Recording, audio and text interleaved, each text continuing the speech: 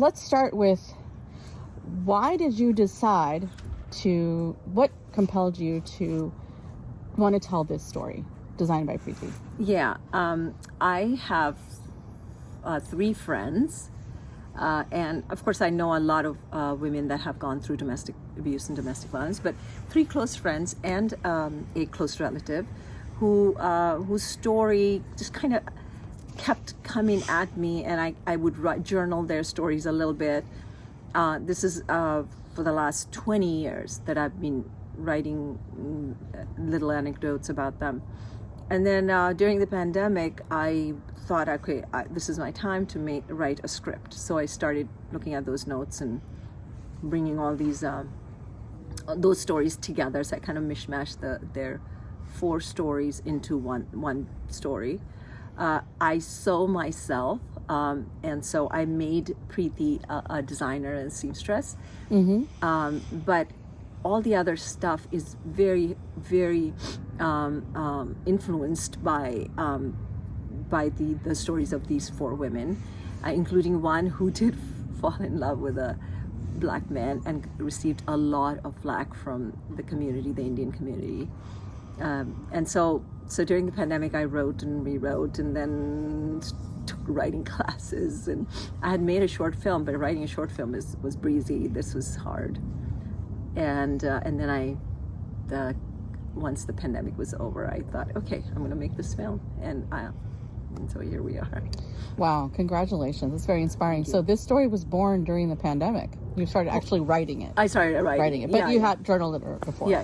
It's been ruminating. Exactly. Ruminating. Yes. You're also in front of the camera as a professional actress, and you are also behind the camera as you're the creator of the story. So it's actually beyond being a producer. This is the creation of the actual story. So I can't imagine, there's a lot of roles that you're playing.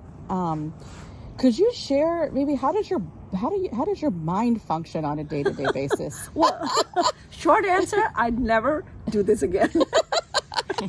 I never want to be in front of the camera and behind the camera, getting the locations, getting the actors, right. Getting the food on time every day, all of that stuff. Even though I have 2 other producers, but because this is a low budget film, and then to go home at night and payroll, sign, do all of that, and then memorize lines. So yes, no, I would rather do one or the other. And trying to raise funds. Yeah.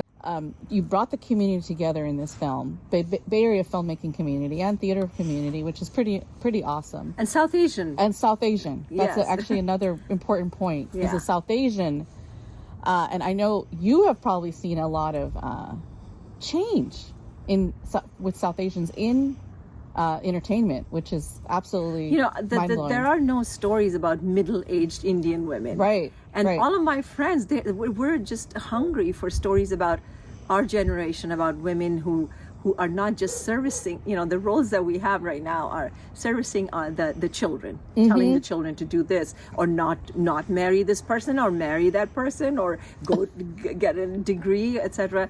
This is about our lives. That a lot of us came to America, juggled both cultures, and assimilated very well, and are very happy to be here, to raise our kids in this community. So a lot of my friends that came, like one friend that came yesterday, she's a theater friend, and she said, I'm so grateful to you for telling this story about middle-aged Indian women. And again, primarily the cast is female-centric and very women-focused. It's a sweet little romantic drama that any woman would resonate with, not just an older Indian woman.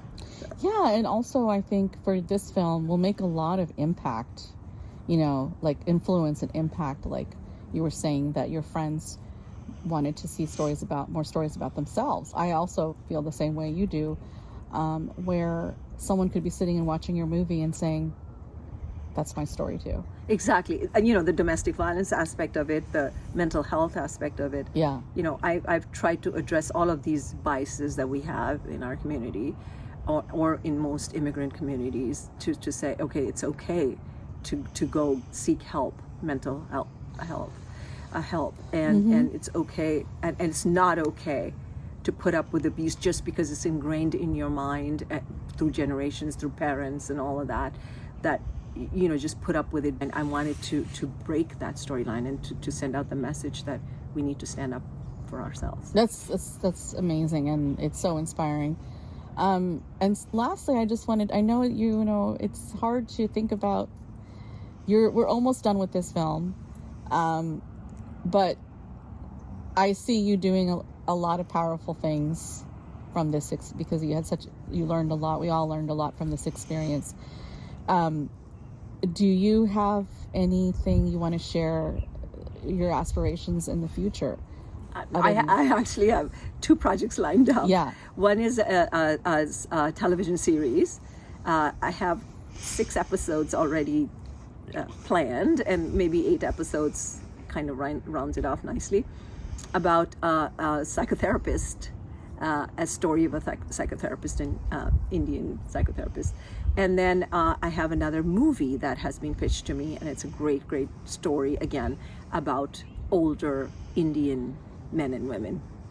That's wonderful. And I'm also, as you know, a big advocate of women 40 and over, or women older in the entertainment business. So we need these stories, and these stories need to be told. So thank you, Rashmi, for your time. I know you were very busy on this movie. We have the perfect backdrop for this interview. Amazing backdrop, yes.